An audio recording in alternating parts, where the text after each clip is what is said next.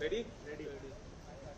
So your case was listed before the Delhi High Court. What transpired in the court today? Yes, so I had filed an injunction suit, also seeking 2 crore damages from certain persons and organizations that were running fake news and all kinds of propaganda against me and invading into my private life. It's a right to privacy suit. The Delhi High Court took up the matter.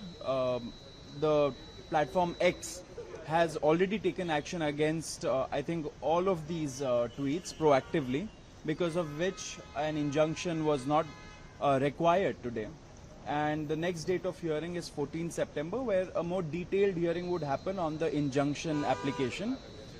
We hope that the right to privacy of everybody, not just me, will be protected by the High Court, as it has already protected several others, including Prime Minister Modi's degree, and everything else has been protected in the past.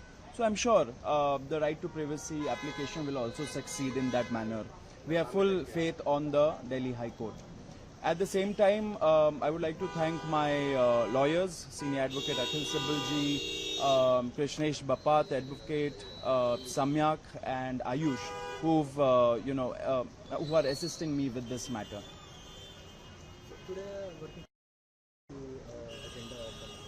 Today, the National Working Committee of the Cockroach Janata Party will be convening at 2 p.m. We'll all be meeting online because everybody is in different states and are working on the School Theek Karo campaign. So we'll be convening online and we'll be deciding on the next steps of escalation, because the central government is not coming good on its promises. The July 25 agreement, which had happened, because of which, in good faith, the Cockroach Janata Party had withdrawn from the agitation after a major win of taking resignation of Dharmendra Pradhan. Those fulfillments are not being adhered to, and the timelines are not being adhered to by the central government. Today we'll decide on what should be our next escalation options, and we'll put out a media statement shortly thereafter. Last question regarding the BCI issue. BCI defied the election, so he's not going to resign and he has no pressure. How do you see this? It's a dictatorial mindset, because just because you are elected through some means doesn't mean that you do not listen to the people of this country, to the constituents who have elected you. If there are certain lawyers, if there are certain law students who have grievances against you, you should in fact be talking to them instead of taking a draconian approach as this and showing your arrogance by saying that you've been elected.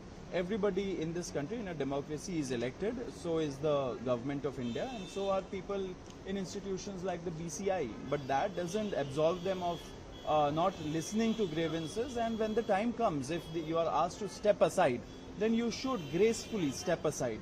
You should subject yourself to the probe, because now there are allegations that about 150 crores have allegedly been misappropriated by the BCI chairman. This is the letter that his co-chairman has written. I think there should be a fair investigation into the affairs of the BCI chairman, and the truth must come out. And until then, taking moral responsibility, I think Mr. Manan Mishra should resign. But on succeeding day, there was a lot of supporters in the support of Mr. Manan Kumar Mishra. How do you see the gathering of lawyers? I think there were only about 20-25 people. In India, I don't think there's a big problem to gather 20-25 people who support you. There are supporters of convicted rapists also, for that matter. If you look at Haryana, you see Gurmeet Ram Rahim, the kind of supporters that gather for him. But that does not mean that he's absolved of all crimes just because 20-25 people or thousands of people gather for you. The law should take its own course, and moral responsibility should be restored. A standard should come, standard should be high when you are in public life, especially when you are elected to certain positions. I think Mr. Manan Mishra should come clean on all the allegations that are being leveled against him, and until then resign. A case has been registered against Mr. Deep K in Latur, Maharashtra for alleged intrusion into the school. So, what would you like to say? It just shows the twisted priorities of people in power. Because I feel when the young generation wants to take responsibility and fix our schools, where at a very fundamental age, children are given education and which shapes them into, model citizens that they ought to be. I think those issues are very noble, and people working for it are actually doing a good job because the governments are failing to do it.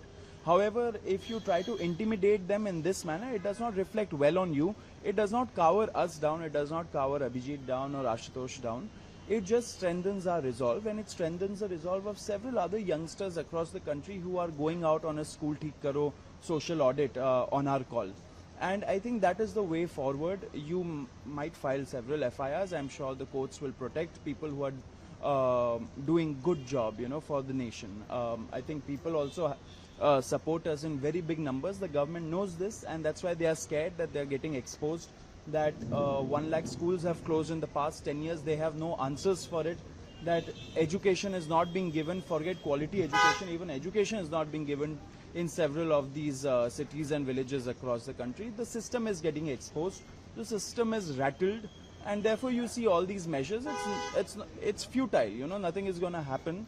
We are all working towards it. We are all very strong people. Our resolve is very strong, and we'll move forward in the same manner. Thank you.